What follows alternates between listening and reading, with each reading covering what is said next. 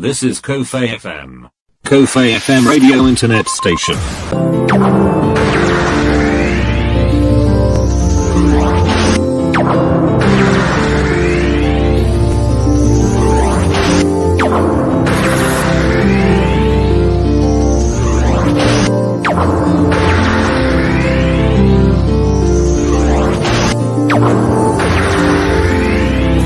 You are listening to Kofe FM.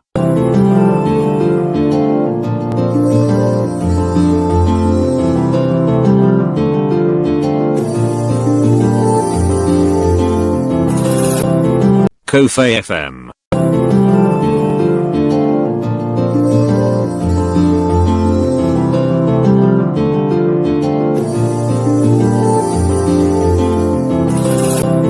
Shalom and welcome to City of Faith Apostolic International Ministries with Apostle Miracle Prince, the president and producer of the Voice Daily Devotional Broadcast. Time for the Word.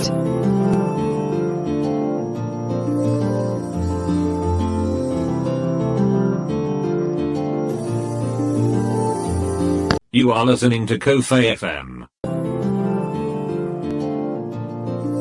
1 John chapter 5 verse 5 inoti ndiyaniko uyo ungakundanyika aaziriyere uyo unotenda kuti Jesu ndiye mwanakomana wa Mwari.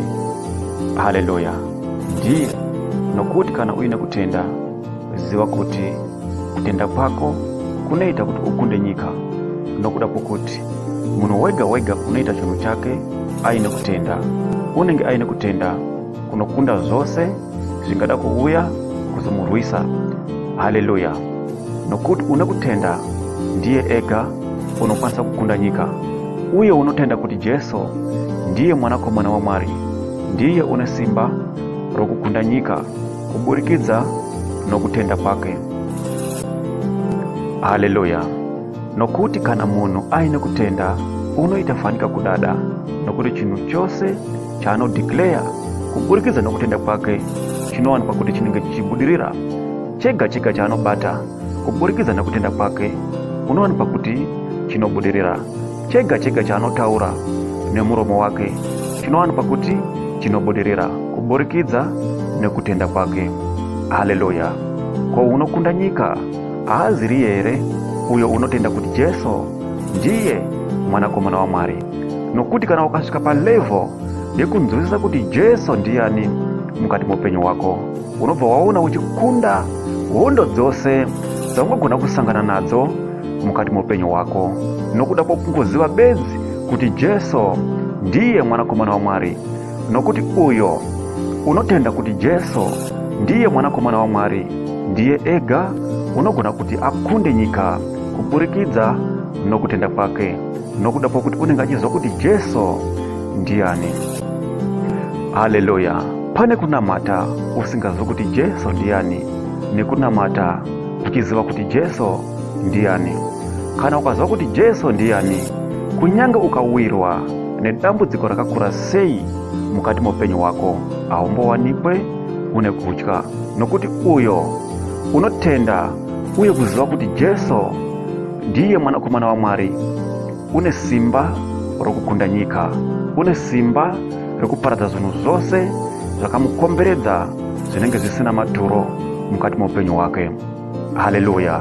Ko uyo unotenda kuti Jesu mwanakomana wa Mwari aaziriye here une simba rokukunda nyika kuburikidza nokutenda kwake. Haleluya. Kutenda kunoita fanika kudada, nokuti chinu chose chaunoita uine kutenda mukati mupenyu wako hama mudikanwa chinowana pakuti chinobudirira. Haleluya.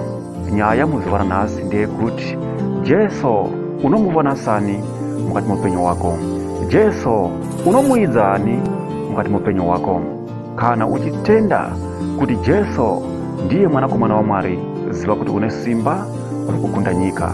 Saka kana uine simba rokukunda nyika kuburikidza nokuziva kuti Jesu ndiyani mukati mupenyu wako, ziva kuti kunyanga ukasangana nesituation yakakura sei mukati mupenyu wako haungavi nokutya, nokuda pokuti already unoziva uyo waunotevera kuti ndiye mwanakomana wa Mwari ane simba, uyo anova akafa akamuka nezuva ratatu, achifira uye achizomuka achimukira matambudziko ako ose, kuti iwewe ugovana upenyu husingaperi kana uchitenda. Haleluya! Ko unotenda kuti Jesu Kristu mwanakomana wa Mwari haaziri here ane simba rokukunda nyika? Ndiye saka kutenda kwako bedzi uye nokunzwisisa kuti Jesu ndiyani mukati mupenyu wako, iko pega kune simba rokukunda nyika. Unofana kuti utende uye kunzwisisa kuti Jesu ndiyani mukati mupenyu wako. Zvinhu zvingarema mukati mupenyu wedu ama wadikanwa, asi ngatinzwisisei uye kuda kuziva kuti Jesu ndiyani mukati mupenyu wedu. Kana tikaziva izvozvo tobva taziva kuti Jesu ndiye Alfa na Omega, wokutanga nokupedzisira. Haleluya! Hakuna angagona kumupikisa. Kana ati no, hakuna angauya achiti yes. Kana ati yes, hakuna angauya achiti no.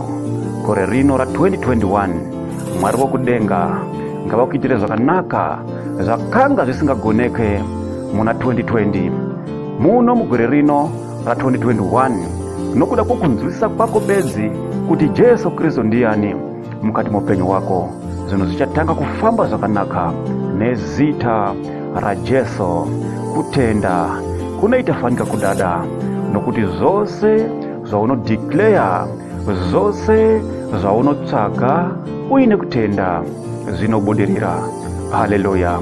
Ama mudikanwa, ngatirambei takatarisa pamuchinjikwa, ngatirambei tichidana kudenga, uye ngatirambei tichitsvaga kunzwisisa kuti Jesu ndiyani mukati mupenyu wedu, kuti apo patinopinda mumatambudziko, patinowirwa neuhondo hombe mukati mupenyu wedu, tisava nokutya, asi tinzwisise uyo watinotevera, kuti hakuna angamukunda, nokuti ndiye mwanakomana wa Mwari anova akakunda nyika. Saka na iwe kana uchingoziva bedzi kuti Jesu uyo wandiri kutevera ndiye mwanakomana wa Mwari, ziva kuti newewo unenge watokunda nyika kuburikidza nokungoziva bedzi kuti Jesu Kristu mwanakomana wa Mwari. Haleluya! Kutenda kunoita kuti iwewe ugamuchire zvinhu zvose zvaungada kuti uve nazvo mukati mupenyu wako. Kutenda kunoita kuti ukunde zvose zvingada kurwisana newe mukati mupenyu wako. Ropafadzwa ama mudikanwa nezita ra Jesu.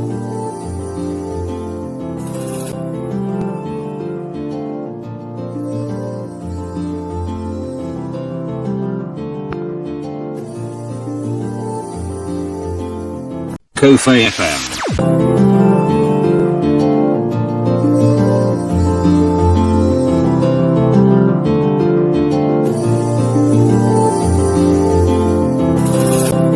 You are listening to Kofe FM.